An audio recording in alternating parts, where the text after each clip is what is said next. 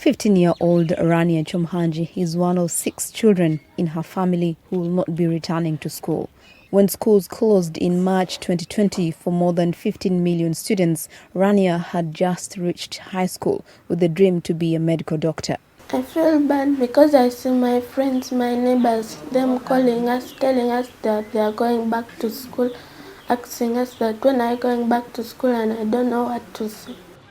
Uganda reopened schools January 10th after 2 years of closure due to the coronavirus pandemic. The government launched a 1-month back-to-school campaign to ensure all children return. The Ministry of Education has issued guidelines for schools not to raise tuition for returning students. State Minister for Primary Education Joyce Moroku Kaduchu says for those who are not able to afford tuition, they should devise other means to ensure their children resume studies. Some parents may not have money, but they may have food in rural schools. They may have cassava, they may have maize, they may have beans. That is something also the school can say, okay, you don't have the money, but are you able to bring some food stuff which we can translate into money? Don't get annoyed. Oliver Naiga, a former teacher and Rania's mother, comforts her 6 children with a Bible session. She was laid off, and with no school to hire her, she couldn't afford to take her 6 children back to school, and the minister's suggestion didn't work for her. We tried Rania to take her back where she was, pleading that we shall pay slowly.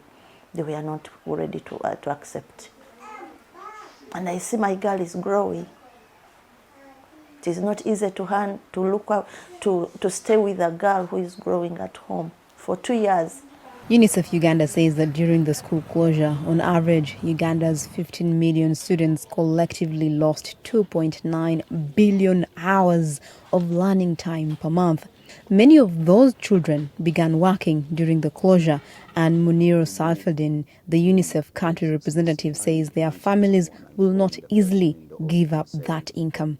And to facilitate their return to school, we definitely need to look into a number of support systems, support programs, which I also understand, there is a trade-off. These support systems, like social protection systems, where families of which are experiencing poverty should be supported.